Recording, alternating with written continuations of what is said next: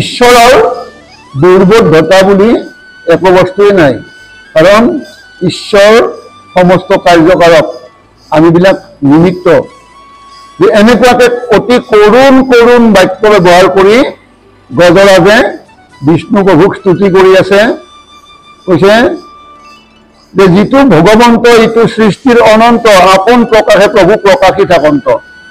সৃষ্টিৰ আগমুহূৰ্তত, সৃষ্টিৰ পিছত এই ভগৱন্তই সংসাৰত থাকি যায়, আৰু ভগৱন্তই পুনৰ সৃষ্টি কৰে, আৰু এই সৃষ্টি পুনৰ প্ৰলয়ত ধ্বংস কৰে।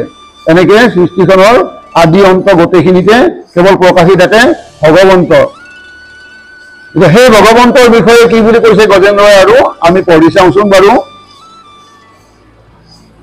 হয়তেকেহে দেৱ ঋষি গণয় আছে যত, তাৰ স্বৰূপৰ কেহ নজানয় তত্ত্ব। আৰু সেইকাৰণে দেৱ ঋষি যিমান আছে সেই ভগৱন্তৰ স্বৰূপ কোনেও নাজানে। কাৰণ কিয়? এটা সময়ৰ পৰা এটা সময়লৈকে মাত্ৰ এজন ঋষিয়ে জীয়াই থাকিব পাৰে, বা দেৱতাও তেনেকুৱা আয়ুস আছে, নিৰ্ধাৰিত আয়ুস আছে। এটা সময়ৰ পৰা এটা সময়লৈকে তেওঁলোকৰ জীৱন ৰাখিব পাৰে। তাৰ পিছৰখিনি তেওঁলোকে কোনো নাজানে, যেনেকৈ আমি নাজানো আমাৰ পিছৰখিনি কি হ'ব।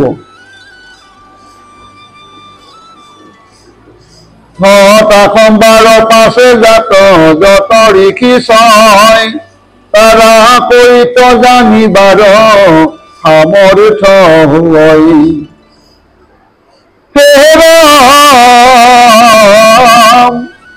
সহজনতে নানাবিধ দেশক ধৰই, নানা কৰ্ম কৰি আৰু সভা কৰঞ্জয়।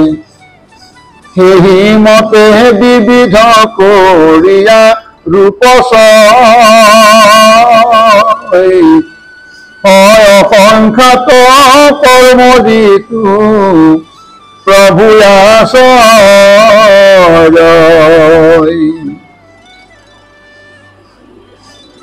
নাটকত অভিনয় কৰা যিবিলাক শিল্পীবিলাকে তেওঁৰ আচল চৰিত্ৰ বেলেগ, নাটকত তেওঁ যিটো চৰিত্ৰত অভিনয় কৰে সেই ধৰণে তেওঁ সাজি কাচি তেনেকুৱা এটা ৰূপ লয়। কেতিয়াবা নিজৰ ব্যক্তিগত জীৱনত লাগিলে তেওঁ সাধাৰণ ঠেলা ৰিক্সা চলোৱাই হওক, কিন্তু অভিনয়ত তেওঁ ৰজাও হ'ব পাৰে। ৰজা হ'লে তেওঁ কি কৰে? ৰজাৰ দেশত ৰজাৰ ৰাজ পোচাক পিন্ধি তেওঁ ৰজা হয়, সাজি কাচি ওলায়। আৰু কেতিয়াবা খুব অধ্যৱন্ত ধনী পৰিয়ালৰ কোনোবাই সাধাৰণ চাকৰ চকীদাৰৰ পষ্টৰ অভিনয় কৰিব পাৰে, তেতিয়াও তেনেকৈ সাজি কাচি দিয়া হয়। গতিকে এই যে নাটকত অভিনয় কৰা শিল্পীবিলাকে যেনেকৈ নানা বেশ ধাৰণ কৰে, ঠিক সেই বেশ ধাৰণ কৰি একো চৰিত্ৰত যেনেকৈ সভাসদবিলাকক আনন্দ প্ৰদান কৰে, ঠিক তেনেকৈ বিভিন্ন ৰূপ ধাৰণ কৰি ভগৱন্তয়ো, এই প্ৰভু ভগৱন্তয়ো এনেকৈ সংসাৰখনত সমস্তকে আনন্দ প্ৰদান কৰি আছে। হেনয় আচৰ্য কৰ্ম যিটো মহাহৰি, গ্ৰহগ্ৰস্ত মুখ ৰাখন তোক যত্ন কৰি, যদি বোলা ঈশ্বৰক কেহ নজান, বেদৰ বচনতে দে কিমতে লাগয়। বেদে বোলে ঈশ্বৰক জানিয়া সদায়, সংসাৰত লৈ সুখে মৃত্যুক এৰাই। সেনেকুৱা আশ্চৰ্যকৰ হে প্ৰভু মহাহৰি, গ্ৰহগ্ৰস্ত মই, তুমি মোক যত্ন কৰি ৰক্ষা কৰা। যদি শংকা কৰে কোনোবাই, কৈছে ইয়াতে কথাখিনি, ঈশ্বৰকতো কোনে নেদেখে নাজানে, যদি ঈশ্বৰক কোনো নেদেখে নাজানে, তেনেহ'লে বেদৰ বচনবিলাকৰ কি অৱস্থা হ'ব এতিয়া? বেদতো কৈছে কি? ঈশ্বৰক জানিব পাৰিলে বা ঈশ্বৰক জানিলে সংসাৰ সুখে তৰিব পাৰে। বেদে কৈছে ঈশ্বৰক জানিব পাৰিলে সংসাৰ সুখে তৰিব পাৰে। যদি কোনোবা শংকা কৰে যে ঈশ্বৰকনো ক'ত দেখা পায়, ঈশ্বৰনো কেনেকে অনুভৱ হয়, এই কথাষাৰ যদি কোনোবা শংকা কৰে, বেদৰ এই কথাষাৰক লক্ষ্য কৰিলে হ'ল। আৰু কি কৈছে বেদে? ঈশ্বৰক আমি আমাৰ ভক্তিৰ মাধ্যমেৰেহে দৰ্শন পাব পাৰোঁ। ভক্তিবন্ত পুৰুষে ঈশ্বৰ যিটো সত্তা, এই সত্তাটোক অনুভৱ কৰিব পাৰে।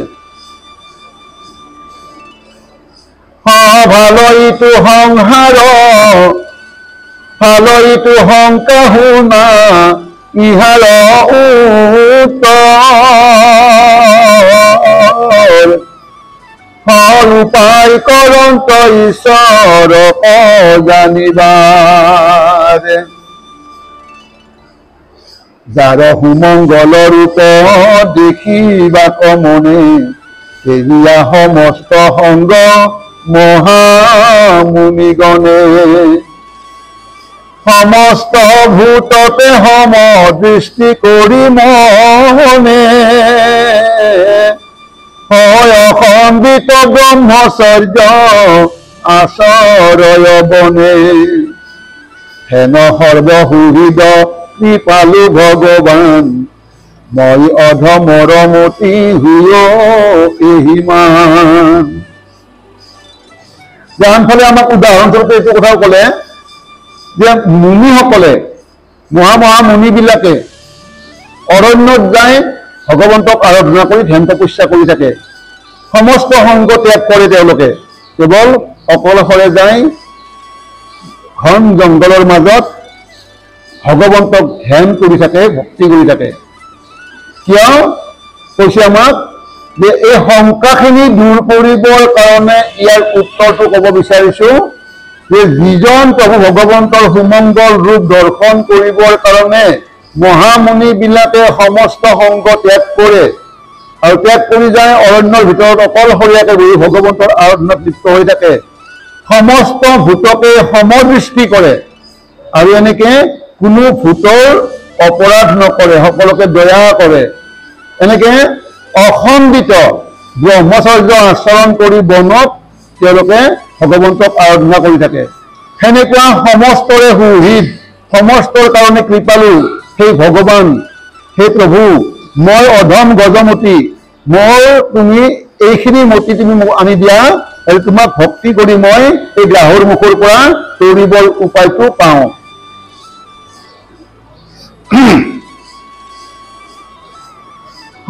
জনম দুৰ্ঘট কৰ্ম হৰি দেৱতাৰে আপেহে প্ৰপঞ্চিয়া পুনু কৰা নমস্কাৰ। নাহি জন্ম কৰ্ম যাৰ নাম ৰূপচয় গুণ দোষ আওৰতান কৈত বাহু। তথাপিতো জগতক সৃজিবাক মনে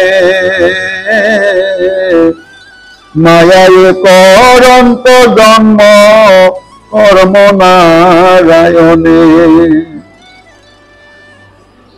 সেয়েহে ভগৱন্তক এনেকে বহুত বিশেষণ দি দি গজেন্দ্ৰ তেওঁ ভগৱন্তক স্তুতি মিনতি কৰি আছে। এইবাৰ কৈছে কি হে ভগৱন্ত তোমাৰ জন্ম নাই, কৰ্ম নাই, তোমাৰ নাম ৰূপ নাই, তোমাক গুণ আৰু দোষে তোমাক স্পৰ্শ কৰিব নোৱাৰে। তথাপি তুমি জগতক সৃষ্টি কৰিবৰ কাৰণে মায়াৰ দ্বাৰাই নিজে জন্ম লোৱা আৰু বিভিন্ন কৰ্ম কৰা। আমি বৰগীতত গাওঁ নাহি জন্ম তথাপি তোমাৰ জন্ম ধৰা। তেওঁৰ জন্ম নাই, তেওঁ জন্ম কিয় ল'ব লাগে? কিন্তু জীৱকুলৰ মংগলৰ কাৰণে তেওঁ বাৰে বাৰে জন্ম ধাৰণ কৰে। গতিকে ইয়াত কৈছে নমহেন ভগৱন্ত হুয়া সাৱধান ব্ৰহ্ম ৰূপে ৰূপ নাহি শাস্ত্ৰত প্ৰধান। অনন্ত শকতি ৰূপে বহু ৰূপ ধৰা সেই ৰূপে অদ্ভুত আশ্চৰ্য কৰ্ম কৰা। নমো নমো হেনয়ক পুৰুষ পিতাময় অনেক প্ৰকাৰ কিছু নিহিতা বিষয়। অনন্ত শক্তিৰ অধিকাৰী তেওঁ ভগৱন্ত, তেওঁ বহু ৰূপে সংসাৰত ৰূপ ধাৰণ কৰে আৰু সেই ৰূপে তেওঁ অদ্ভুত আশ্চৰ্যকৰ কৰ্মবিলাক কৰি যায়। সেনেকুৱা ভগৱন্তকে নমস্কাৰ কৰি কৈছে গজৰাজে, নমঃ প্ৰকাশ জীৱ নিয়ন্তা ঈশ্বৰ, এতেকেহে বচনৰ নুহিতা গোচৰ। মন চিত্ত বৃত্তি হব যাক নজানৈ, তথাপি সন্ন্যাস যোগে নিপুণে পাৱই। সেনেকুৱা জীৱৰ নিয়ন্তা ঈশ্বৰ ভগৱন্তক নমস্কাৰ কৰিছে আৰু কৈছে যে বচনেৰে যাৰ কথা কৈ শেষ কৰিব নোৱাৰি, কথাৰে ভগৱন্তৰ কথা কৈ শেষ কৰিব নোৱাৰি। মন চিত্ত বৃত্তি এইবিলাকেও যাক নাজানে, মনেৰেও যাক চিন্তা কৰি নাপায়, চিত্তই যাক ঢুকি নাপায়, বৃত্তিয়ে যাক ঢুকি নাপায়, তেনেকুৱা এজন অনন্ত জীৱৰ নিয়ন্তা প্ৰভু ঈশ্বৰ। কিন্তু সেই হেন প্ৰভুকে অতি নিপুণ সন্ন্যাসীবিলাকে সন্ন্যাস যোগেৰে দৰ্শন পায়। হয় আনন্দ মূৰতি নম কৈবল্যৰ প্ৰতি, নমহান্ত ঘোৰ বুঢ় গুণ ধৰ্মে ৰতি। নম নিৰ্বিকাৰ সাম্য নম জ্ঞান ধন, প্ৰকৃতিত কৰি যিটো প্ৰভু বিলক্ষণ। আনন্দৰ মূৰ্তি, মহাশান্ত, অতি গূঢ় গুণ ধৰ্মৰ ৰতি, নিৰ্বিকাৰ, সকলোকে সমদৃষ্টিৰে সমজ্ঞান কৰিব পাৰা এইজন ভগৱন্ত, যি প্ৰকৃতিত কৰি সম্পূৰ্ণ বিলক্ষণ। আমি বিষ্ণু প্ৰভুৰ কথা নকওঁ বাৰু, দ্বাৰকাপতি শ্ৰীকৃষ্ণৰ কথাই কৈছোঁ। শ্ৰীকৃষ্ণ বাকী গোটেইখিনি সমস্ত শৰীৰৰ ফালৰ পৰা চাওঁ, যিকোনো কৰ্মৰ চাওঁ, তেওঁ মানুহৰ লেখীয়াকে উপজাৰ পৰা কেঁচুৱাৰ পৰা ডাঙৰ হৈ যায় এটা সময়ত তেওঁ দেহ ত্যাগ কৰিছিল। কিন্তু তেওঁৰ জন্মটো কিন্তু আমাৰ বিলাকতকৈ বিপৰীত আছিল। জন্ম হোৱা বৰ্ণনা পাওঁ নহয়, পীত বস্ত্ৰে মানে গেৰুৱা বসনৰ কাপোৰ পিন্ধি তেওঁ জন্ম হৈছিলে, হাতত চাৰি অস্ত্ৰ, এই চাৰি অস্ত্ৰ লৈ শংখচক্ৰ গদাপদ্ম তেওঁৰ জন্ম হৈছিলে। গতিকে এই যে তেওঁৰ জন্ম, আমি শ্ৰীকৃষ্ণৰ কথা কৈছোঁ, তেওঁৰ জন্মটো আমাৰ কাৰোবাৰ লগত মিলেনে বাৰু? বিপৰীত, বিলক্ষণ। তেওঁ প্ৰকৃতিত থাকি প্ৰকৃতি বিলক্ষণ আৰু গোটেই জীৱনটো তেওঁ মানুহৰ নিচিনাকে, যিখিনি তেওঁ আচৰিত কৰ্ম কৰিছে কথা বেলেগ, কিন্তু মানুহৰ লেখীয়াকে তেওঁ চব দেখাইছে। কিন্তু মৃত্যুৰ মুহূৰ্তত চাওঁ আমি, বৈকুণ্ঠ পুৰাণৰ মুহূৰ্তত আমি বাকীবিলাক, আমি যেতিয়া মানে মৃত্যু হ'ব আমাৰ শৰীৰটো ইয়াত থাকি যায়, তেওঁ সেইটোৱে বিলক্ষণ, তেওঁৰ শৰীৰটো ইয়াত নাথাকিলে। গতিকে এনেকুৱা তেওঁ প্ৰকৃতিতকৈ ভিন্ন।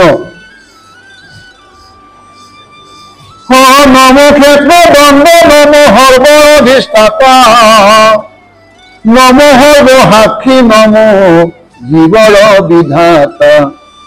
প্ৰকৃতিৰ জন্ম হেতু পুৰুষ পুৰাণ, নম নম পূৰ্ণ ৰূপ দেৱ ভগৱান।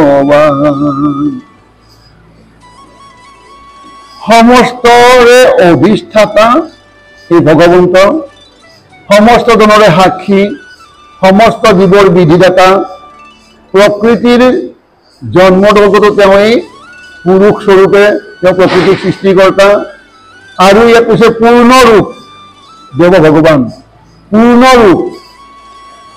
ভগৱন্তই বোলে কেৱল পূৰ্ণ ৰূপ, আমিবিলাক বাকী দেৱ দেৱতাবিলাক ব্ৰহ্মাকে আদি কৰি যিমান আছে কোনো পূৰ্ণ নহয়। ভগৱন্তৰ যিখিনি অধিকাৰ দিছে সেইখিনিৰ ওপৰত যাব নোৱাৰে। আমাক ভগৱন্তৰ যিখিনি চলাইছে, যিখিনি আমাৰ কাৰণে তেওঁ দি থৈ গৈছে, তাতকৈ ওপৰত আমি যাব খুজিব নোৱাৰো বা চেষ্টা কৰিলে আমি নোৱাৰো। কিন্তু ভগৱন্ত তেওঁহে সম্পূৰ্ণ, তেওঁ নিজে ইচ্ছা কৰি চব কৰিব পাৰে। গতিকে সেইজন দেৱ ভগৱান কি কৈছে ইয়াতে, দেখিয়া সমস্তে ইন্দ্ৰিয়ৰ বিশেষতা ইন্দ্ৰিয় চলন দ্বাৰে জানিয়া যাহাক দেহ আদি কৰি সমস্তৰে অধিষ্ঠাতা নমো নমো জগতৰে তুমি পিতা মাতা।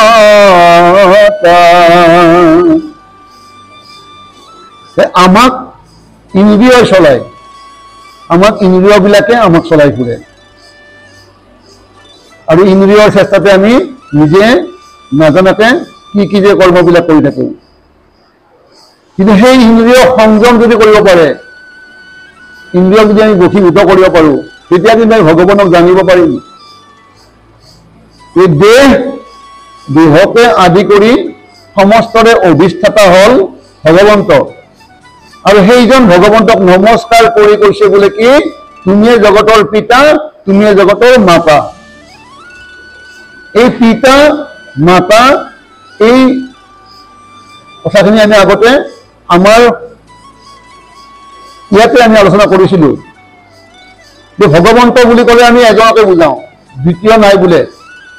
ভগৱন্ত এক, দুই নাই। কিন্তু পিতা মাতা বুলি ক'ব লাগিলেতো দুই হ'বই লাগিব, এগৰাকী মাতা এগৰাকী পিতা। যদি ভগৱন্ত এক, এই একে কেনেকে দুই বুলি আমাক প্ৰকাশ কৰি দেখালে, এককে দুই দেখালে কেনেকে? একেবাৰে আমি যদি সহজ ভাষাতে ক'ব যাওঁ যে আমি যেতিয়া সংসাৰত আহিছিলোঁ, আমি জন্ম পাইছিলোঁ, আমি জন্ম পাওঁতে আমাৰ দেউতাও আছিল, মাও আছিল। মা দেউতাৰ কাৰণেহে আমি সংসাৰত আহিব পাৰিছোঁ।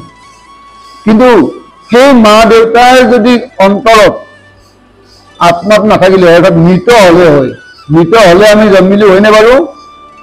দুটা মৃতদেহ কিবা ব্যৱস্থা কৰি যদি আমি বহুদিন ৰাখি থওঁ, সেই মৃতদেহ দুটা লগ লগাই থলেও আমি সন্তান জন্মিম নে বাৰু?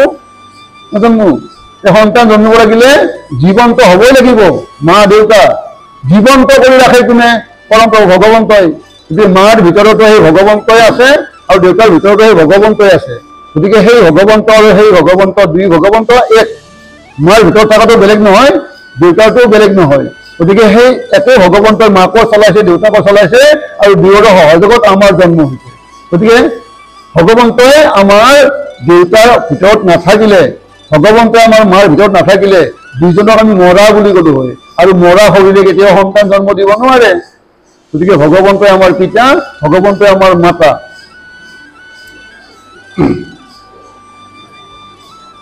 নমো নমো সকলো কাৰৰে অকাৰণ, বিকাৰ নাহিকে নমো অদ্ভুত কাৰণ, আগমনি গম আদি যত শাস্ত্ৰ ছয়, নদী হেন হবে আখি তোমাতে পৰয়।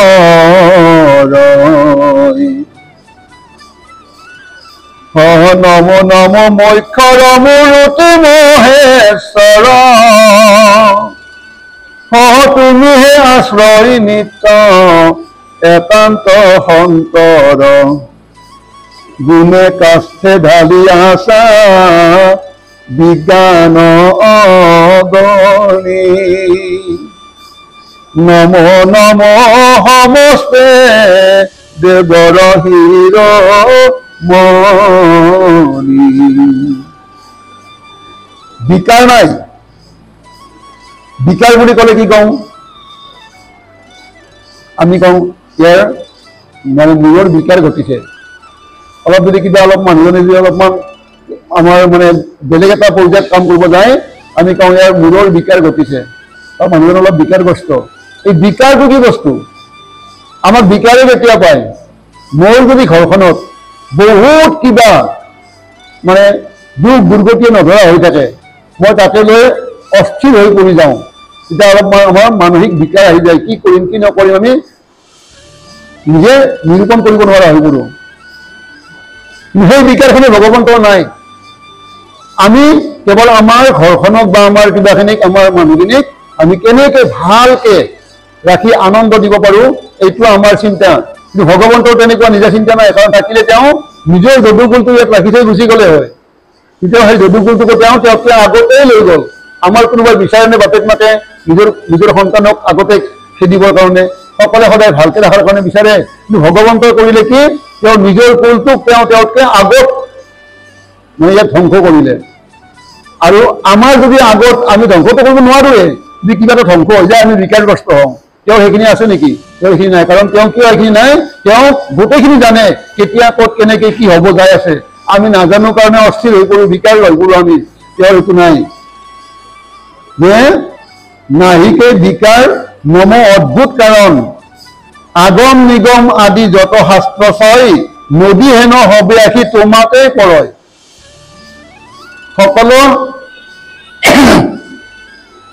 সকলো শাস্ত্ৰই ভগৱন্তক ভক্তি কৰাটোৱে বুজায়। বেদে ভগৱন্তৰ ভক্তিৰ কথাই কয়, কিন্তু আমি মনুষ্যবিলাকে সেই ভক্তিখিনিক বাদ দি আমাৰ মস্তিষ্কই ঢুকি পোৱাখিনিকে আমি একোটা বেলেগ অৰ্থ কৰি লৈ গুচি যাই থাকোঁ। ভক্তিটো আমি ঢুকি নাপাওঁ। কিন্তু ইয়াত কৈছে কি, সকলো শাস্ত্ৰই ভগৱন্তক দৰ্শায়। মানে নদী যেনেকে ঘূৰি পাকি হ'লেও যায়, সেই সাগৰতে পৰিব। গোটেই শাস্ত্ৰবিলাকে যিমান নেৰপেক দি কথা নকওক কিয়, যাই আকৌ কিন্তু ভগৱন্ততেই পৰিব। আমাৰ বেলেগ কথা নকওঁ, বেলেগ শাস্ত্ৰ আমাৰ বহুতে হয়তো নাজানে নপঢ়ে, কিন্তু আমাৰ আইসকলৰ বহুতে আপোনালোকৰ নহ'ব পাৰে কোনোবাই লক্ষী চৰিতখন কিন্তু খুব মানে কিছুমানে। কিন্তু সেই লক্ষী চৰিতখনত লক্ষীয়ে আগত কি থৈ গৈছে, যে মোৰ স্বামী ভগৱন্তক যি অৱহেলা কৰে, সি মোক যিমান ফুল তুলসী নিদিয়ক কিয় তাৰ ঘৰত মই বসতি নকৰোঁ। যাই পেলাই ক'ত পৰিল, ঘূৰি পাকিৰে ক'ত পৰিল, লক্ষীয়েও সেই ভগৱন্তকে দৰ্শাই দিলে যে মোৰ স্বামীক যদি কোনোবাই অৱহেলা কৰে, মোক যিমানেই পূজা নকৰক কিয়, মোৰ স্বামী নথকা স্থানত মই থাকিব নোৱাৰোঁ। গতিকে ডাঙৰ কোন হ'ল, যাই ঘূৰি পাকি সাগৰতে পৰিল নে নাই। আমি এখন শাস্ত্ৰ, সৰু শাস্ত্ৰৰ কথা ক'লো, আৰু বহুত শাস্ত্ৰ আছে, একদম ক'ব নাজানো নকওঁ। গতিকে নদীৰ নিচিনাকৈ ঘূৰি পাকি যায়ও কিন্তু তাতেই পৰে।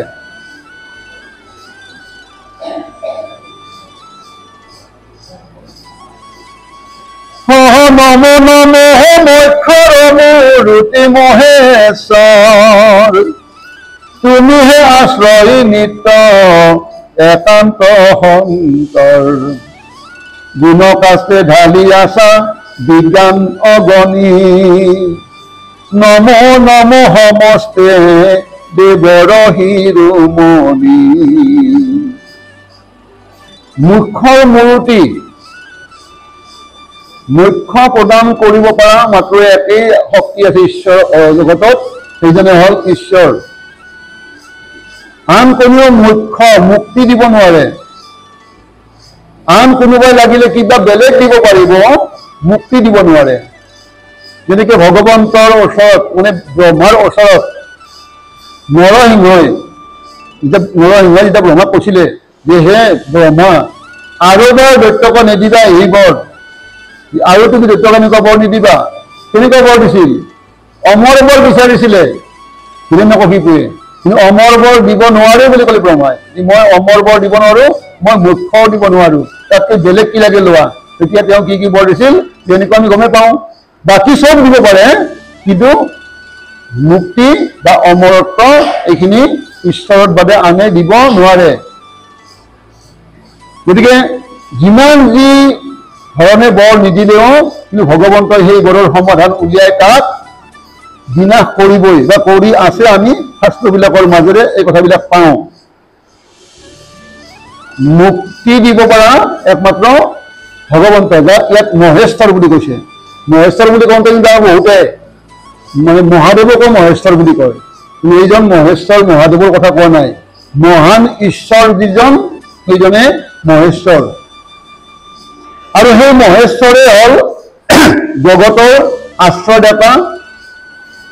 যে ইয়াত এটা কথা কৈছে, যে গুণ কাষ্টে ঢালি আছা বিজ্ঞান অগণি। গুণ কাষ্টে ঢালি আছা বিজ্ঞান অগণি, এইটোৰ বহুত গভীৰ অৰ্থ আছে, কিন্তু আমি গভীৰ অৰ্থ নাযাওঁ। আমি এনে সাধাৰণতে একদম কাঠখৰিৰ কথাই কওঁ বাৰু, সাধাৰণতে কাঠখৰি এডালৰ কথা কওঁ, কিন্তু কাঠখৰিডাল দেখিলে তাত জুই থকা যেন পাওঁনে বাৰু? কিন্তু চাওক, জুইৰ স্পৰ্শত আহিলে সেই কাঠেই কিন্তু জুইত উদ্ভৱ কৰে। ক'ৰ পৰা পালে সেই শকতিখিনি? কাৰণ গুণক আছে ঢালি আছা বিজ্ঞান অগণি, আৰু ইয়াৰ বহু গভীৰ তত্ত্ব অৰ্থ আছে। সেইজন ভগৱন্তকে কৈছে যে তুমিয়ে সমস্ত দেৱৰ শিৰোমণি,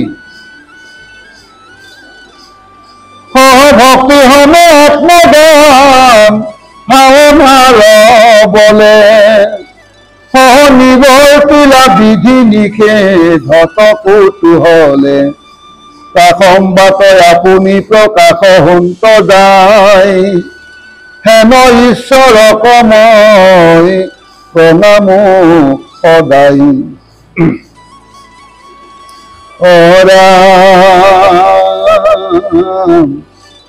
মোহৰ সদৃশয়ান যত পশুষ,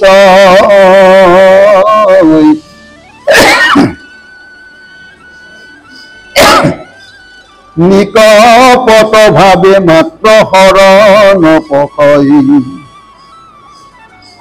এপেকতে অবিদ্যাত কৰন্ত মুকুত, প্ৰণাম কৈবল্য পুতি বিপুল যুগুত। সেই গজেন্দ্ৰই কৈছে যে মোৰ নিচিনা আন যিমানবিলাক পশু আছে নিকপট ভাৱে মাত্ৰ তোমাৰ শৰণাপন্ন হয়।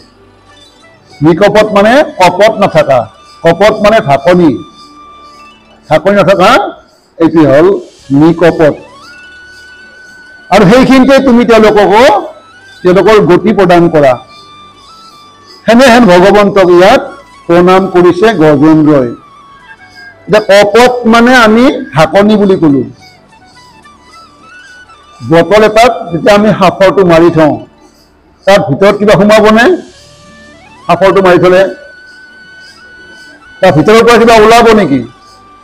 সাঁফৰটো থাকিলে নোলায়ো নোসোমায়ো। এইটো হ'ল মানে কপট। সাঁফৰটো যেতিয়া গুচাই দিম, তাত আমি ইচ্ছা কৰিলে ভৰাব পাৰিম, উলিয়াব পাৰিম। এইটো হ'ল নিকপট। ভগৱন্তৰ ওচৰত এই কপটটো ৰাখিব নালাগে। ভগৱন্তই আমাক কি কৃপা কৰে, কি কৃপা নকৰে, ভগৱন্তৰ নিজৰ কথা আমি মাত্ৰ সেৱাটো জনাব লাগে ভগৱন্তক। আমি কিছুমান কপট লগাই দিওঁ, যি প্ৰভু এনেকুৱা এনেকুৱা সমস্যা, এইখিনি উদ্ধাৰ কৰি দিয়া। তাৰপিছত আমাৰ সাঁপৰটো লাগি গ'ল নহয়, আৰু এইখিনি বাৰু কৰিলে আৰু বেলেগ সোমাব নেকি? নোসোমায়। গতিকে ভগৱন্তৰ সাঁপত আমি যদি খোলা তত্ত্ব হৈ থাকোঁ, ভগৱন্তই ইচ্ছা কৰি ভৰাব, নিজৰ ইচ্ছামতে আমাক দেখি ভৰাবলৈ ভৰাব। কিন্তু আমি যদি সাঁফৰটো মাৰি থওঁ, তেওঁৰ ইচ্ছা থাকিলেও ভৰাব নোৱাৰিব। সেইকাৰণে অকপট অৰ্থাৎ খোলাভাৱে, মুক্তভাৱে ভগৱন্তৰ ওচৰত আমি আমাৰ গোটেইখিনি সেৱা ভক্তি আমি কৰিব লাগে। কিন্তু আমাৰ তেনেকুৱালৈকে পৰ্যায় আমি আহি পোৱা নাই, আৰু পাম যে ভৱিষ্যতে গম নাপাওঁ। নম ভগৱন্ত মুক্ত নিৰ্মল সদায়, অন্তৰ্যামী ৰূপে আছা সবাতে লীলাই, নম ভগৱন্ত মহিমাৰ নাহি পাৰ, নিয়ম কৰিতে আছা সমস্তে সংসাৰ। ইয়াত কৈছে নমস্কাৰ কৰিছে ভগৱন্তক। কি বুলি বিশেষণ দিছে? মুক্ত, নিৰ্মল। মুক্ত মানে ভগৱন্ত। আমি অলপ কলো ভগৱন্ত সদায় মুক্ত, আৰু ভগৱন্ত নিৰ্মল, পবিত্ৰ। ভগৱন্ত সদায় হবৰ কাৰণে অন্তৰ্যামী। তেওঁ আমাৰ অন্তৰত সোমাই আছে, আমাৰ অন্তৰৰ সমস্ত কথা তেওঁ জানে। সেয়েহে তেনেকুৱা অপাৰ মহিমাৰ যিজন ভগৱন্ত, এই ভগৱন্তক নমস্কাৰ কৰি কৈছে যে তুমি এনেকে সমস্ত জীৱৰে অন্তৰ্যামী হৈ মুক্তভাৱে অতি নিৰ্মল চৰিত্ৰৰে তুমি কি কৰি আছা? সমস্ত জগতকে নিয়ম সংযমৰ মাজেৰে তুমি চলাই নি আছা। তুমি নিয়ম কৰি আছা, সংযমিত কৰি আছা। মন তয়া সন্ত যদি হবে জগতৰ, তথাপিতো পৰিচ্ছিন্ন নুহিকা ঈশ্বৰ, অন্তৰ্যামী ৰূপে আছা যদ্যপি হৃদিত, হাৰ্যা পুত্ৰে দেহে গেহে যিটো আকুলিত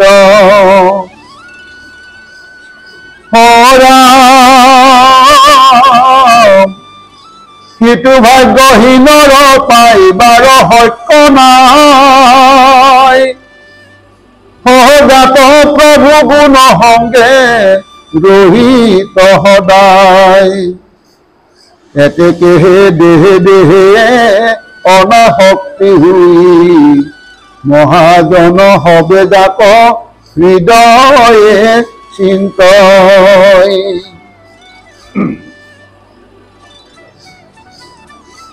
সমস্ত জগতৰ তেওঁ অন্তৰ্যামী সমস্ত জগতৰ সমস্ত জীৱৰ তেওঁ অন্তৰ্যামী তথাপি কিন্তু তেওঁ কাৰো লগত হলি গলি নকৰে আমি কওঁ নহয় এই শৰীৰটোৰ মাজতে জীৱ আত্মা পৰমাত্মা দুইজন আছে জীৱ আছে পৰমেশ্বৰ আছে কিন্তু এই পৰমেশ্বৰ তথাপিতো কিন্তু এই শৰীৰটোতে আবদ্ধ হৈ নাথাকে যিমান দিনৰ কাৰণে তেওঁৰ ব্যৱহাৰৰ যোগ্য হৈ থাকে সিমান দিন তেওঁ শৰীৰটো ৰাখি এটা সময়ত তেওঁ শৰীৰটোৰ পৰা ওলাই যায় অৰ্থাৎ আমি যেনেকৈ আমাৰ পুৰণা কাপোৰটো দলিয়াই পেলাওঁ নতুন কাপোৰ এটা কিনি পিন্ধি লওঁ ঠিক তেনেকৈ ভগৱন্তয়েও এই পুৰণা শৰীৰটো এৰি নতুন শৰীৰ এটা লয় মানে কোনো শৰীৰে তেওঁক বা কোনো এটা ধৰণে তেওঁক বান্ধি ৰাখিব নোৱাৰে তেওঁ মুক্ত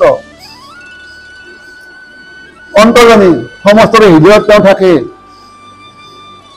যে এই হেন এজন ঈশ্বৰক আমিবিলাকৰ কথাৰে কথা কৈছে ইয়াতে যি ভাৰ্যাই পুত্ৰই দেহে গেহে যিটো আকুলিত শৰীৰটোক লৈ আকুল ভাৰ্যাক লৈ আকুল বা পুত্ৰক লৈ আকুল হৈ থাকো এই আকুলিত আমিবিলাকে আমাৰ নিচিনা ভাগ্যহীনবিলাকৰ এই ভগৱন্তক পাবৰ শক্তি নাই যিটো প্ৰভু গুণ সংগে ৰহিত সদায় সেইকাৰণে মহামহাজনবিলাকে কি কৰে দেহক দেহ নাভাবি সংসাৰক সংসাৰ নাভাবি ভাৰ্যা পুত্ৰক ভাৰ্যা পুত্ৰ নাভাবি তেওঁলোকে অকলশৰীয়া হৈ জীৱন কটাব বিচাৰে আৰু ভগৱন্তৰ আৰাধনাতে জীৱনটো পাৰ কৰিব বিচাৰে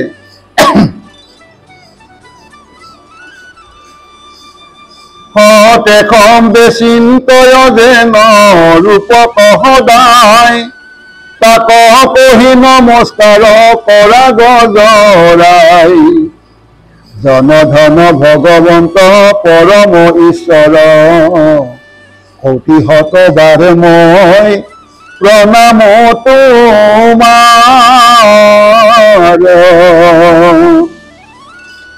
ইহেৰা সজাত ধৰ্ময় অৰ্থ কাম মুকুতি সদায় সজিল মাত্ৰকে তাক দিয়া কৃপাময় হেননো বুলিবা এই মানে মাত্ৰ হয় কিন্তু যদি কেশম্বে আৰনো খোজয়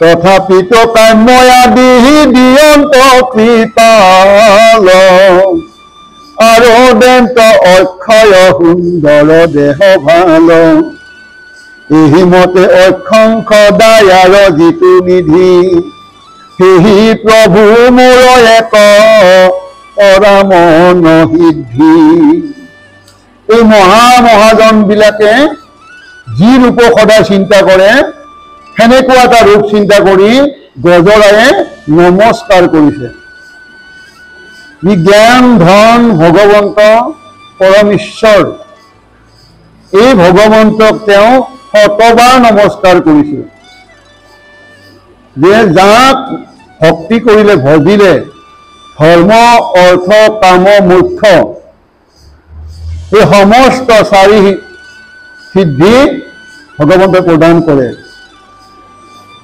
আৰু এনেকুৱা মই ক'ব মানা এনেকুৱা বুলি ভাবি মানা কৰিছে যে ভজিলো যেনিবা একো নিবিচাৰিলো তথাপি কিন্তু ভগৱন্তই দিয়ে ভগৱন্তক আমি বিচাৰিব নালাগে ভজিব লাগে ভজিলো একো নিবিচাৰিলে সেই বুলি ভগৱানে যে আমাক একো নিদিব তেনেকুৱা নহয় কাৰণ ভগৱন্ত আমাৰ হৃদয়ত থাকি আমাৰ প্ৰয়োজনীয় সমস্তখিনি জানে কিন্তু মাত্ৰ তেওঁ এটা বাট চাই মোক ভজে নে নভজে নে নিজে চেষ্টা কৰে। এতিয়া গজেন্দ্ৰই সহস্ৰ বছৰ বুলি উল্লেখ কৰিছে, আমি আগত পালো। তেওঁ যুঁজতে বোলে সহস্ৰ বছৰ পাৰ হৈ গ'ল বোলে। সহস্ৰ মানে 1000 বছৰ পাৰ হৈ গ'ল যুঁজতে। 1000 বছৰ এটা জীৱই পানীত, দুটা জীৱই পানীত তেনেকে যুঁজি আছে। 1000 বছৰ বুলি কৈছে, 1000 বুলি মানিলো, নহয় বোলে আমি 1 মাহ বুলিয়ে কলো যেনিবা। 1 মাহ যদি তেনেকে যুঁজি থাকে, ভগৱন্তই কি নেদেখে থাকে? তেওঁ যদি তেওঁৰ দৃষ্টি যদি অন্ত নাই, জগতৰ সমস্ত তেওঁৰ দৃষ্টি তেওঁ থাকে, তেতিয়া ভগৱন্তই দেখা নাছিল নেকি গজেন্দ্ৰ আৰু গ্ৰাহৰে যুদ্ধখন? 1000 বছৰ বুলি নকলো, আমি 1 সপ্তাহ বুলিয়ে কলো যেনিবা। 1 সপ্তাহ যুঁজিলে, দেখা নাছিল নেকি? দেখিছিল, কিন্তু বাট চাইছিলে। তেওঁ নিজে কিয় চেষ্টা কৰি আছে? নোৱাৰে যদি তেওঁ আত্মসমৰ্পণ কৰক, তেওঁ সমস্ত মুক্ত হ'ব, মোক এৰি দিয়ক, তেতিয়া মই যাম। আৰু এতিয়া প্ৰাৰ্থনা যেতিয়া কৰিছে এনেকে মুক্তভাৱে, ভগৱন্তই কেনেকে দৌৰি আহিব আমাক পিছফালে দেখাব। আমি আজি দেখা নাপাওঁ, আমি জানিম ভগৱন্ত আকুল হৈ পৰিব ভকতক উদ্ধাৰ কৰাৰ কাৰণে। কিন্তু সেই ভগৱন্তৰ আগতে সহস্ৰ বছৰ যুঁজি আছে, তেওঁ কিয় আকুল হোৱা নাছিলে? কাৰণ গজেন্দ্ৰই এতিয়ালৈকে নিজৰ ওপৰতে ভৰসা কৰি আছিলে। হৃদয়ত থাকি ভগৱন্তই জানে তেওঁ কি কৰি আছে। গতিকে হৃদয়ৰ ভগৱন্ত, গজেন্দ্ৰৰ হৃদয়ত ভগৱন্ত আছে। তেওঁ জানিছে ই দেখোন নিজে চেষ্টা কৰি আছে, মোকতো খাতিৰেই কৰা নাই, বা মোক দেখোন তেওঁ ভক্তিভাৱে এটা মানে মাত এষাৰ লগোৱা নাই। গতিকে কিয় আহিম ন, চাওঁচোন অলপমান কিমান পাৰে। আহাতো আহিবই, কাৰণ কথাটো আগতে আছে, নাটকখন আগতে কৰি থোৱা, আমি পাম। আহিবতো আহিবই, কিন্তু কিমান দিনো তেওঁ নিজে চেষ্টা কৰে চাওঁচোন বাৰু। দ্ৰুপদীৰো একে কথা আছিলে, আজি গজেন্দ্ৰৰ। এতিয়া যেতিয়া তেওঁ সুন্দে মেৰাই পদ্মগত ওপৰক তুলি গজেন্দ্ৰই কৰিব স্তুতি তাহি হৰি বুলি, তেতিয়াই ভগৱন্ত দুৱাৰী আহিব। মানে কথাটো আমাক দেখাব, আমি পাম এইবিলাক কথা।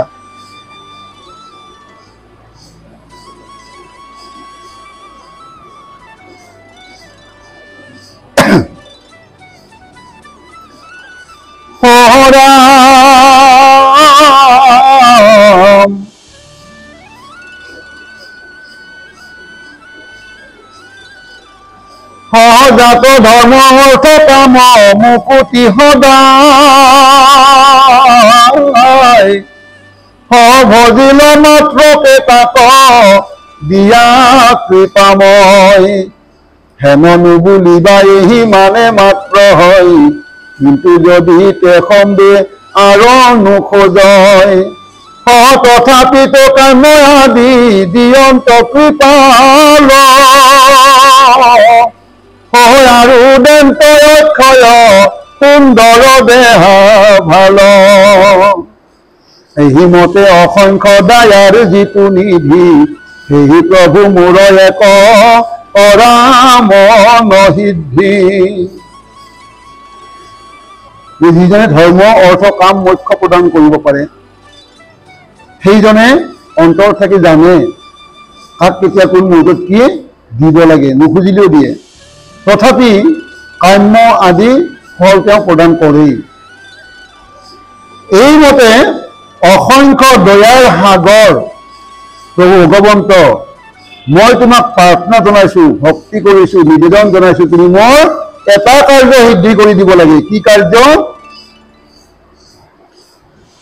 গ্ৰাহে ধৰি আছে যিটো মোৰ কলে বৰ,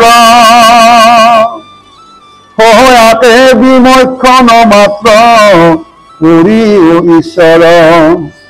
আতপৰে অধিক নোখোজো মই আন, আকৌ কোনো দিব লাগে প্ৰভু ভগৱান। তুমি মোক এইখিনিয়ে কৃপা কৰা হে প্ৰভু ভগৱন্ত। মোৰ এই শৰীৰটো গ্ৰাহৰ মুখত আবদ্ধ হৈ আছে, তুমি তাৰ পৰা মুক্তি দিয়া। ইয়াতকে আৰু বেলেগ মই আজি তোমাৰ ওচৰত বিচৰা নাই, নিবিচাৰো। তুমি এইখিনি মাত্ৰ মোক কৃপা কৰা যে গ্ৰাহৰ মুখৰ পৰা তুমি মোক উদ্ধাৰ কৰা। মই নিজে নোৱাৰো, পৰা নাই। ভকতি সুখক নজানো পশু জাতি, তাতেহে কামনা কৰিলো মই আতি। কৃষ্ণৰ একান্ত দাস যত সাধু ছয়, মক্ষয় আদি কৰি তাৰা কিছু নোখোজয়। ভকতি সুখ পৰম সুখ, কিন্তু আমি পশু জাতি, সেই সুখবিলাক আমি বুজিব নোৱাৰো, বুজি নাপাওঁ। সেইকাৰণে আমি ভকতিত আবদ্ধ নাথাকি কামনা এটা জনালো তোমাৰ চৰণত, যে তুমি মোক এই গ্ৰাহৰ মুখৰ পৰা মুক্তি দিয়া। কিন্তু কৃষ্ণৰ একান্ত দাস বিলাক, সাধু যিবিলাক আছে, তেওঁলোকে ভকতিৰ যিটো সুখ সেইটো বুজি পায়। সেইকাৰণে তেওঁলোকে মুক্তিকো তেওঁলোকে বাঞ্ছা নকৰে, ভকতি সুখতে মজি থাকিব বিচাৰে। আমিতো পশু জাতি, আমি ভকতিৰ সুখ কেনেকুৱা কি সুখ আমি সিমান তত্ত্বকে যাব নাপাওঁ। গতিকে তুমি মোক এই গ্ৰাহৰ মুখৰ পৰা মুক্তি বাছৰ কৰা, মই তোমাৰ পৰা এইখিনিয়ে বিচাৰিছো, আন একো নিবিচাৰো। সহজাত তাৰা সৰ্বজ্ঞান মুক্ত যত সন্ত, নিকপট ভাৱে সদা সেবিয়া কাকন্ত, আতি অদ্ভুত কৃষ্ণ দেৱৰ চৰিত, মহাসুমংগল তাক গান্ত প্ৰতিনিত। এই একান্ত সাধু যিবিলাক কৃষ্ণদাস সাধুসকল, তেওঁলোকে ভক্তি সুখতে মজি থাকি মুক্তিও নিবিচাৰে। তেওঁলোকে কেৱল সদায় মুক্তভাৱে আৰু নিকপটভাৱে তোমাৰ সেৱা কৰে, তোমাৰ গুণ কীৰ্তন গাই আনন্দ লাভ কৰি থাকে। হয় আনন্দ সমুদ্ৰে মন হৈ অমগন, মুখ্য আদি কৰি হবে দেখে যেন তৃণ, অদ্ভুত সুমংগল দেখাই বাক মনে, বিশেষণ দিয়া স্তুতি কৰন্ত আপোনে, অব্যক্ত অক্ষৰ আদ্য ব্ৰহ্মৰ ঈশ্বৰ, ভকতি যোগৰ প্ৰাপ্য যিটো ব্ৰহ্মপৰ, নাহিকে ইন্দ্ৰিয় নাহি কয় অন্তজাৰ, হেন পৰিপূৰ্ণ স্তুতি কৰি বাৰম্বাৰ। কৃষ্ণদেৱৰ অতি অদ্ভুত চৰিত্ৰ গাই ভক্তিভাৱে নাচি বাগি আনন্দত মতলীয়া হৈ থাকে কৃষ্ণ দাস সাধু সমস্তবিলাকে। এই আনন্দ সমুদ্ৰে মগ্ন হৈ থাকি মুক্তিকো তেওঁলোকে তৃঞ্জেন জ্ঞান কৰে। কেৱল সেইখিনি কথাকে অতি অদ্ভুত সুমংগল এই কথাখিনিকে বিশেষণ দি দি স্তুতি কৰি থাকে। অব্যক্ত যাক কথাৰে শেষ কৰিব নোৱাৰি, অক্ষৰ যাৰ কেতিয়াও ক্ষয় নাই, যি ব্ৰহ্মৰ ব্ৰহ্ম, সেইহেন যি ইন্দ্ৰিয়ৰ ঊৰ্ধত, যাৰ অন্ত নাই, সেনেকুৱা পৰিপূৰ্ণ ভগৱন্তক বাৰম্বাৰ স্তুতি কৰিছে। ঈশ্বৰক এনেকুৱা পৰিপূৰ্ণ দেখুৱাৰ কাৰণে স্তুতি মিনতি কৰি পুনৰবাৰ গজৰাজে কি কয় চাওঁচোন, যে ব্ৰহ্মাই আদি কৰি দেৱ যত দেৱ ৰাখি, নাম ৰূপে চৰাচৰ আচয় প্ৰকাশী, সমস্তকে যাৰ অংগে সৃজন কৰই, আত দুই দৃষ্টান্তক বুজিবে লাগই, অগণিৰ জ্বালা যে নহ প্ৰতিক্ষণে হয়, আদিত্যৰ ৰশ্মি যেন আশয় যাৱই, সেই মতে কাৰ্য কাৰণৰ বিশ্বজত, যিটো ঈশ্বৰত হন্তে হোৱন্ত সতত, এতেহে দেৱ নহে নহে বেতৰিখি, পশুহিলা নৰ নহে কুহিলো প্ৰকাশী, নহে তিৰি নপুংসক পুৰুষ নহয়, নহে গুণ কৰ্ম আন যতে ক আচই, কিন্তু হবে নিষেধ কৰিলে যিটো ৰয়, তেহে মাত্ৰ সত্য বস্তু জানিবা নিশ্চয়। চাওকচোন কেনেকুৱা কথা কৈছে ইয়াতে, যে ব্ৰহ্মাকে আদি কৰি যিমান দেৱ সমস্ত আছে, সকলে একোটা নাম আৰু একোটা ৰূপ লৈ আছে, কিন্তু কিছু দূৰৰ কাৰণে। সেই সমস্ত কাৰ অংগৰ পৰা সৃষ্টি হয়, সেইজনে হল ভগৱন্ত। ইয়াক দুটা দৃষ্টান্তৰে বুজাব খুজিছে ইয়াতে। জুইৰ তাপ সৰ্বক্ষণে থাকে বুলি কৈছে। ইয়াত যদি জুইকুৰা থাকে, জুইকুৰা যিমান সময় থাকে আমি তাত সিমান সময় পাই থাকিম। কিন্তু সূৰ্যৰ তাপটো অহা যোৱা কৰি থাকে নহয় হয়নে? দিনত সূৰ্যৰ তাপ যিমানে নাথাকক কিয় ৰাতি অলপ কমে, আৰু এই জুন জুলাই মাহত যিমান নাথাকক কিয় ডিচেম্বৰ মাহত কমে। ক'ত যায়? গতিকে অলপমান সূৰ্যটো বিজ্ঞান এইটো কথা, সূৰ্য দূৰত যায় কাৰণে ঠাণ্ডা পাওঁ, কিন্তু সূৰ্যৰ তাপটো আমি সদায় একেধৰণে নাপাওঁ। কিন্তু জুই একেবাৰে যিমান টাইম ধৰি থাকে একে সমান তাপে পাই থাকিম যদি আমি কাষত থাকোঁ, উঠি গ'লে নাপাওঁ যেনিবা। এতিয়া আন এটা কথা ক'লে আমাৰ ইয়াতে যে এনেকে দেৱতাসকল সদায় নাথাকে, কিন্তু ভগৱন্ত সদায় থাকে। ভগৱন্ত অনাদি অনন্ত। সেই ভগৱন্তক কৈছে কি ইয়াতে, এই ভগৱন্ত বোলে দেৱতাও নহয়, দৈত্যও নহয়, ঋষিও নহয়, পশু, শিল, মানুহ, আৰু মানুহৰো তিনি জাতি আছে, তিনিটা লিংগ আছে, কি তিৰোতা, নপুংসক আৰু পুৰুষ। এইবিলাকৰ মাজত বোলে ভগৱন্ত একোৱেই নহয়। পশু নহয়, দৈত্য নহয়, ঋষি নহয়, নৰ নহয়, শিলা নহয়, তিৰি নহয়, নপুংসক নহয়, পুৰুষো নহয়, বোলে একো বোলে ভগৱন্ত নহয়। এতিয়া ভগৱন্ত কি? এই সমস্ত নহয়বিলাক মিলালে যি হয় সেই ভগৱন্তহে। সমস্ত নহয়বিলাক মিলাই ল'লে যি হ'ব ভগৱন্ত বোলে সেই। তাৰমানে ভগৱন্ত একোৱেই নহয়, চব হয়।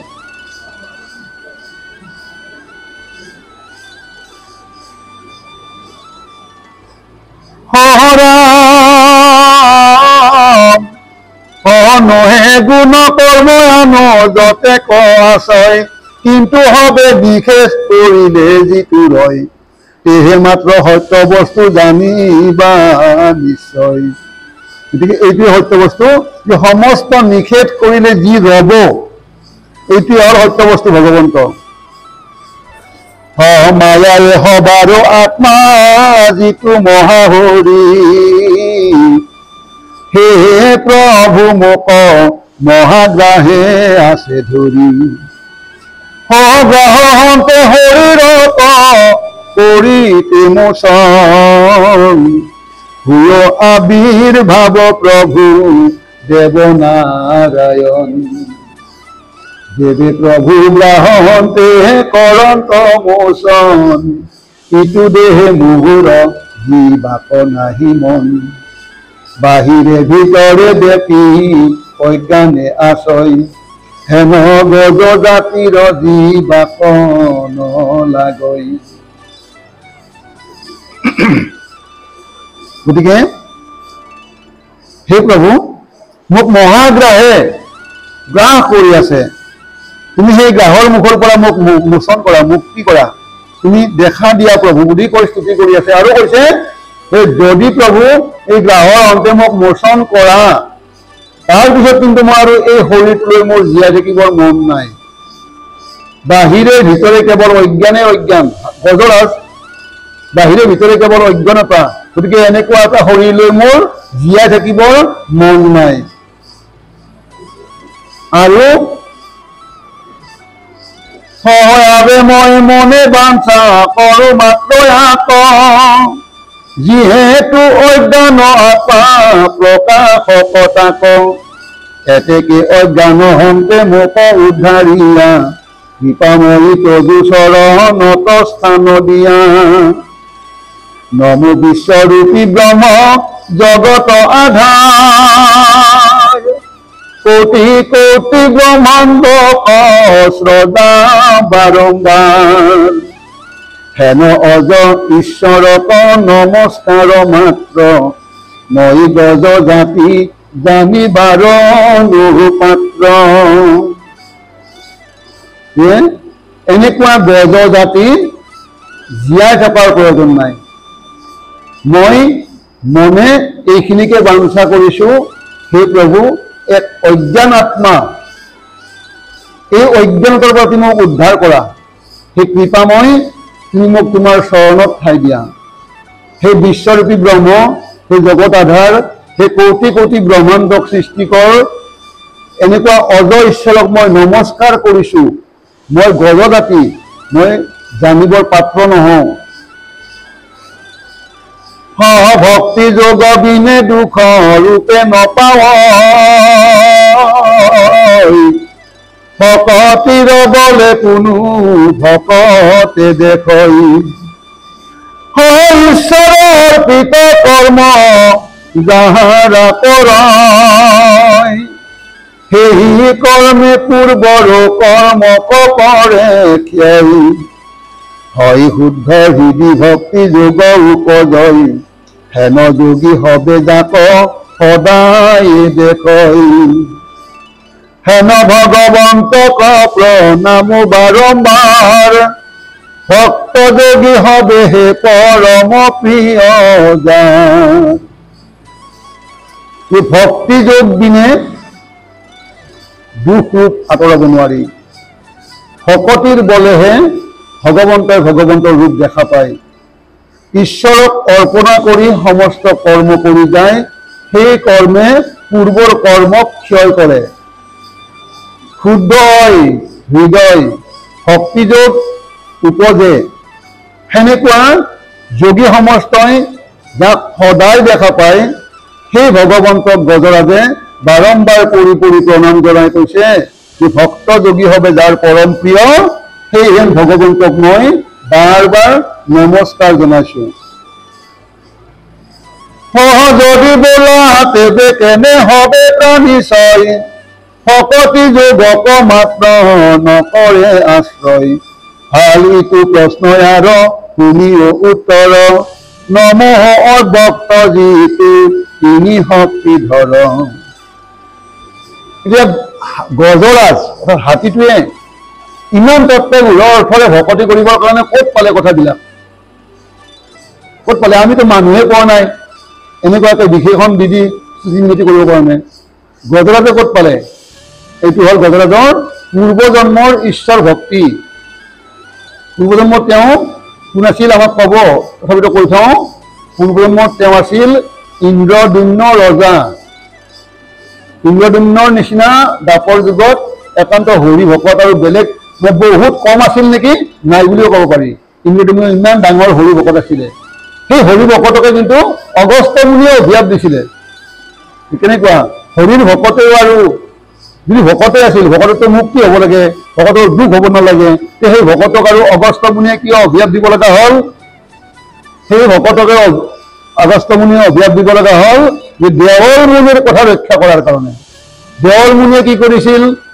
দেৱল মুনিয়ে অভিশাপ দিছিল হুহু নামৰ গন্ধৰ্ব এজনক সেই গন্ধৰ্বজনে কৰিছিলে কি পানীৰ তলেৰে যাই দেৱল মুনিৰ ভৰিত খামুচি ধৰিছিল আৰু তেতিয়াই ভয় পাই উচপি গাত যিটো ভয় জোকাৰণি আহিলে নহয় ভয় পাই কি ধৰিলে বোলে মোক ধ্যান কৰি চাই যে এইটো আচলতে গ্ৰাস বা কিবা তেনেকুৱা নহয় হুহু গন্ধৰ্ব আৰু হুহু গন্ধৰ্বক তেওঁ অভিশাপ দিছিল গন্ধৰ্ব হৈ এই গ্ৰাহৰ নিচিনা অৰ্থাৎ কুম্ভীৰৰ নিচিনা কৰ্ম কৰিবতো লাজ নালাগে তই কুম্ভীৰ হৈ থাক দেৱল মুনিৰ অভিশাপ গাত লাগিল মুক্তিৰ পথটো বিচাৰিলে তোমাৰ সাপটোমৰ গাত লাগিলে মুক্তি কেনেকে পাম কিন্তু মুক্তিটো দিবই লাগিব পথটো দিবই লাগিব যেহেতু মই খং উঠি অভিশাপ দিলো মুক্তিৰ পথটো ময়ে দিব লাগিব যে একান্ত হৰি ভকতৰ যিদিনা পৰশ পাবি সিদিনা তই মুক্তি পাবি ভগৱন্তৰ মানে কৃপাত গতিকে কথাটো দি গ'ল এতিয়া একান্ত হৰি ভকত বিচাৰি বিচাৰি পালে ইন্দ্ৰদুম্নক আৰু ইন্দ্ৰদুম্নক কাৰণে অভিশাপেৰে হাতীত কৰি হাতী কৰি থলে আৰু হাতীটোৱে গোটেই অৰণ্যত ঘূৰি ফুৰি পিয়াল আৰু সৰোবৰত যাই পানী খাব নামোতে কাৰ্যখিনি ঘটিল গতিকে এনেকুৱা কথাবিলাক ক'ৰ পৰা কেনেকে কি লিংক থাকি যায় আমি আগৰ জন্মৰ কৰ্মফলো এই জন্মত ভোগ কৰিব লগা হয় আৰু এই জন্মত কৰি থকা কৰ্মৰ ফল আমি অহা জন্মত ভোগ কৰিব লাগিব গতিকে এইবিলাক আমাক দেখাই থৈ যায় আৰু বেছি আৰু নপঢ়ো আমাৰ সময় হ'ল তথাপিতো আৰু এক থাকি আছে এই থাকিটো আমি পাঠ কৰোঁ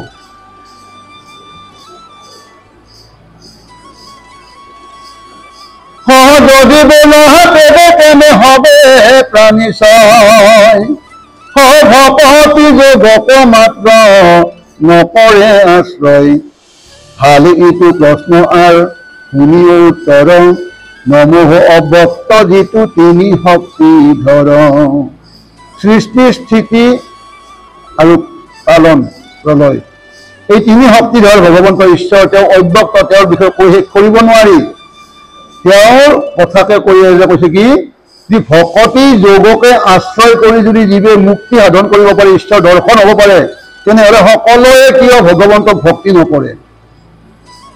সকলোৱে কিয় ভক্তি নকৰে?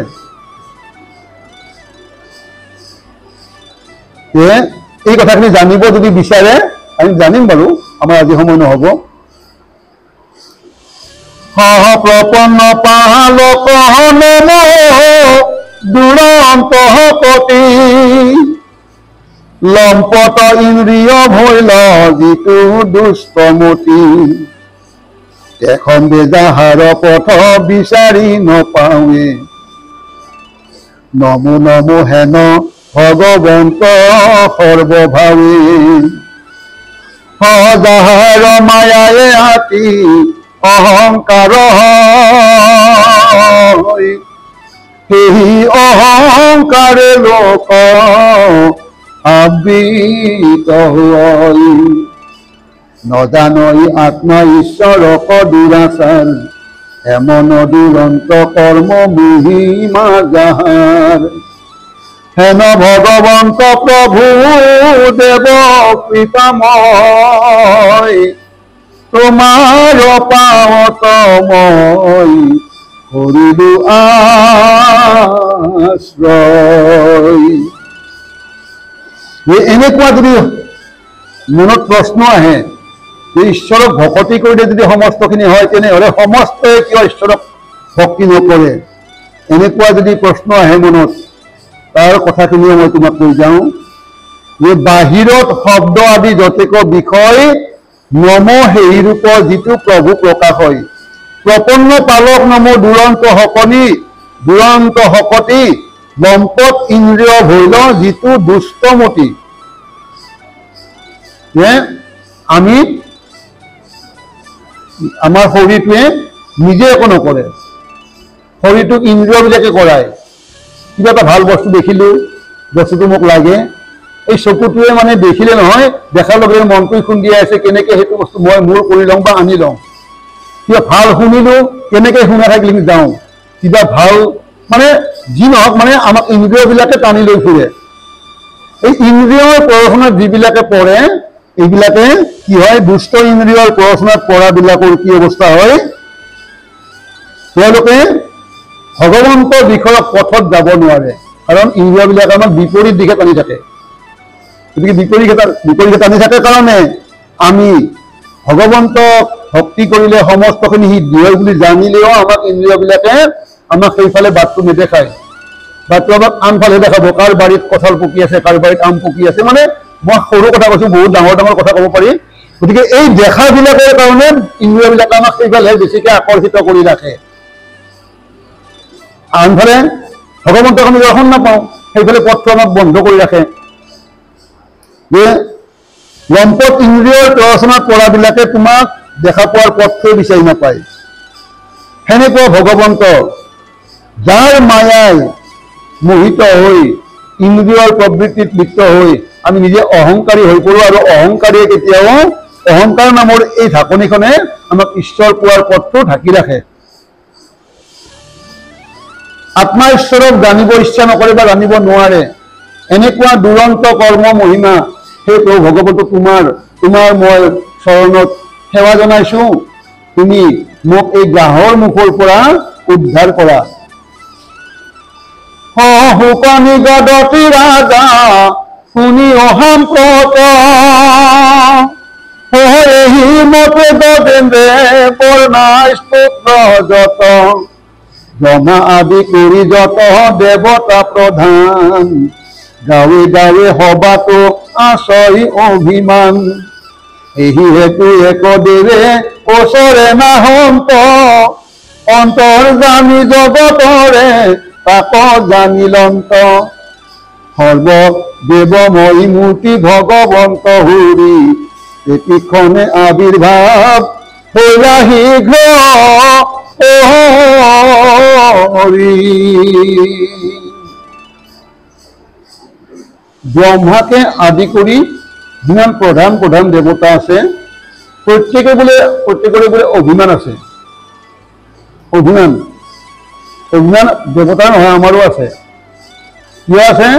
আমি সেই ইন্দ্ৰিয়খিনিৰ মাজতে চলি থাকো নহয়, আমাৰ অভিমানত লাগে মোৰ কাষৰটোক ধুনীয়াকৈ মাতি গ'ল, মই এটা বেলেগ কথা কৈছোঁ দে, মোৰ কাষৰটোক ধুনীয়াকৈ মাতি গ'ল, মোক এনে হেলা কৰি যোৱা যদি যাবা বুলি কৈ থৈ গ'ল, মই যামনে বাৰু?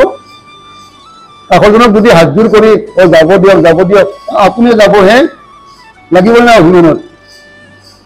আমাৰ লাগিব, কিন্তু ভগৱন্তৰ একো নিবিচাৰে, ভগৱন্তৰ নাম লোৱাটোৱে বিচাৰে, ভগৱন্তৰ অভিমান নাই।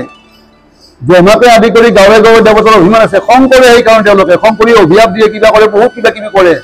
আৰু সেই অভিমান থকাৰ কাৰণে এই গজেন্দ্ৰই ইমান দুখত পৰি থকা সত্ত্বেও ইমানকে স্তুতি কৰিছে, কিন্তু কোনো দেৱতাৰ ওচৰত নাহিব। আহিব কোনে? হৰিদেৱ বুলি কৈছে ইয়াত বিষ্ণুক। বিষ্ণু কিন্তু দৌৰি আহিব, কেনেকে আহিব আমি পাম, অলপ আছে আৰু।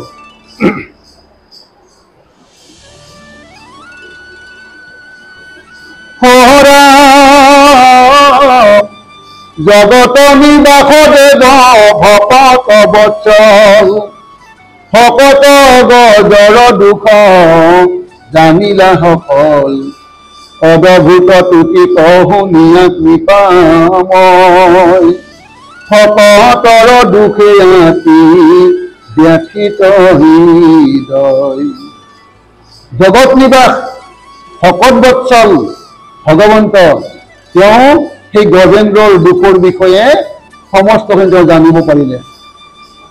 সেই গজেন্দ্ৰৰ অদ্ভুত স্তুতি শুনি কৃপাময় ভগৱন্তই ভকত গজৰ দুখত এনেকুৱাকে তেওঁৰ হৃদয় ব্যথিত হল, তেওঁ কি কৰিব এতিয়া?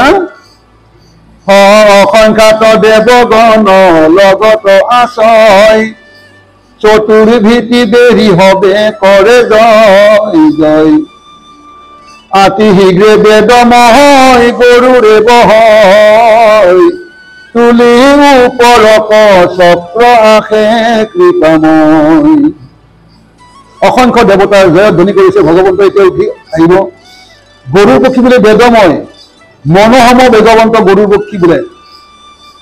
সেই গৰুৰ পক্ষীত উঠি আহিলে, ভগৱন্তৰ চক্ৰৰ ওপৰত ধৰি লৈ গৰুৰ পক্ষীক উঠি আহি তেওঁ আহি আছে। কলৈকে আহিছে? বিথানে আচন্ত গদ মহা দুখে পৰি, একে নিমিষেকে কাক পাইলা দেৱ হৰি, সৰোবৰ মধ্যে বলৱন্ত গ্ৰাহে পাই, ধৰি আছে আতিয়াৰ তো হইলা গজৰাই। কলৈকে আহিল? যি থানত গ্ৰাহৰ মুখত আবদ্ধ হৈ গজই পৰি আছে আৰু ভগৱন্তক স্তুতি কৰি আছে, তালৈকে আহিলে। এক নিমেষ সময়ত ভগৱন্তই গৰুৰত উঠি সেই গজৰ ওচৰতে আহি পালে। দেখিলে সৰোবৰৰ মাজত গজৰাজ আতুৰ হৈ পৰি আছে, গ্ৰাহে ভৰিত কামুৰি টানি আছে। হে ৰাম তুমি ওপৰত মাথা দেখিল তই, গৰুৰত হৰিদেৱ আকাশে ভয়, ওপৰক তুলি চক্ৰ ধৰি চামুৰাৰী, দেখি আছে বেঠে পদ্ম লৈলন্ত উভাৰি। কিবা এটা শব্দ যেন পালে গজৰাজে, ওপৰ ফালে চাই দেখে গৰুৰ পক্ষীত ভগৱন্ত উৰি আহিছে হাতত চক্ৰ লৈ। এতিয়া দেখিয়ে কৰিছে কি, পদুম এটা ছিঙি আনি ওপৰলৈকে শুই তুলি স্তুতি আৰম্ভ কৰিছে। পদ্ম সমন্বিতে সুন্দৰ ওপৰক তুলি, দুখ পাই আৰ্তনাদে বোলে কণ্ঠ মেলি, হে নাৰায়ণ নম সৰ্বদেৱ গুৰু, নম ভগৱন্ত ভকতৰ কল্পতৰু। হে ৰাম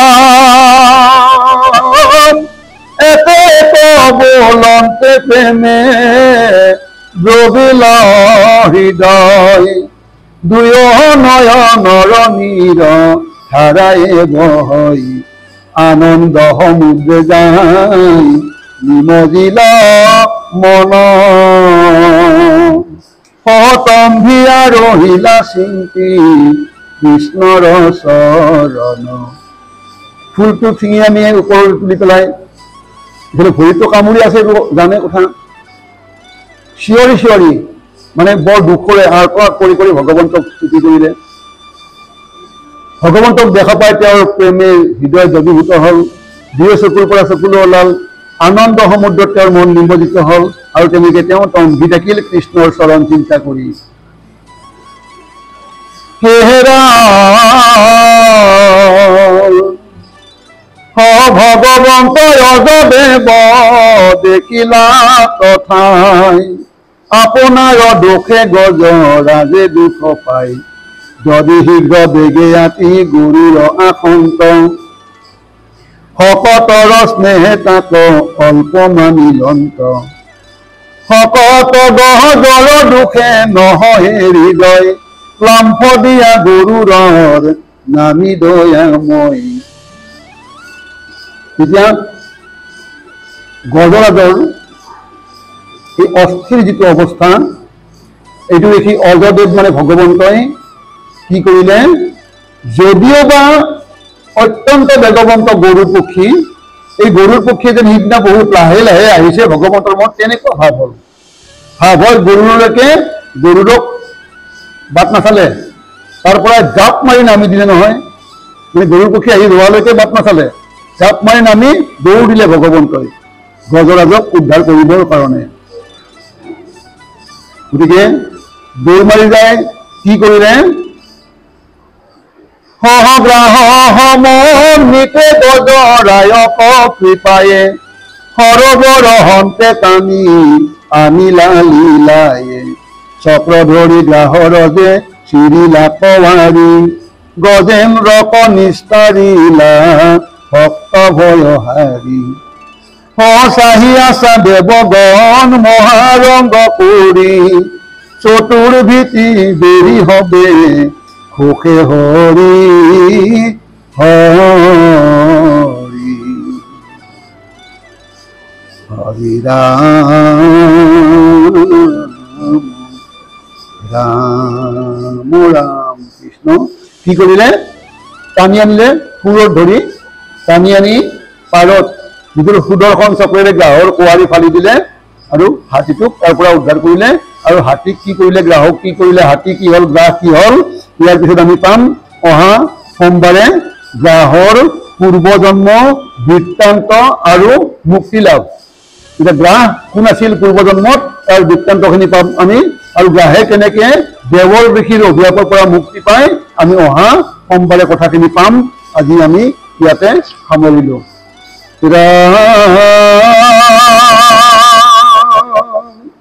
নিৰন্তৰে বোলা ৰাম ৰাম হৰি ৰাম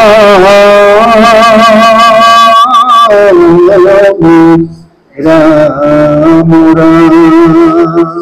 ৰাম কৃষ্ণ। জয় রাম জয় নারায়ণ জয় কৃষ্ণ জয় জগৎগুরু শ্রীমন্ত শঙ্কর।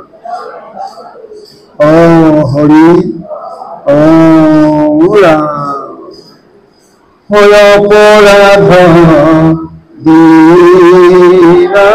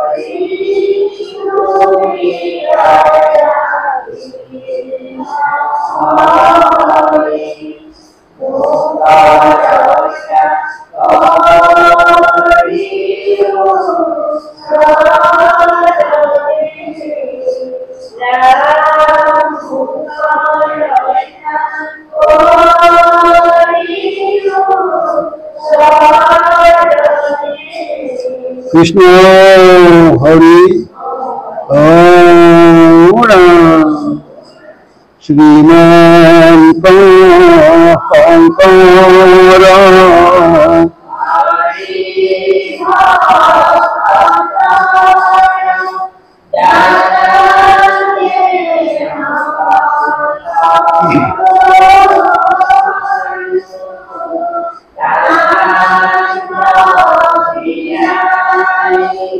Yeah.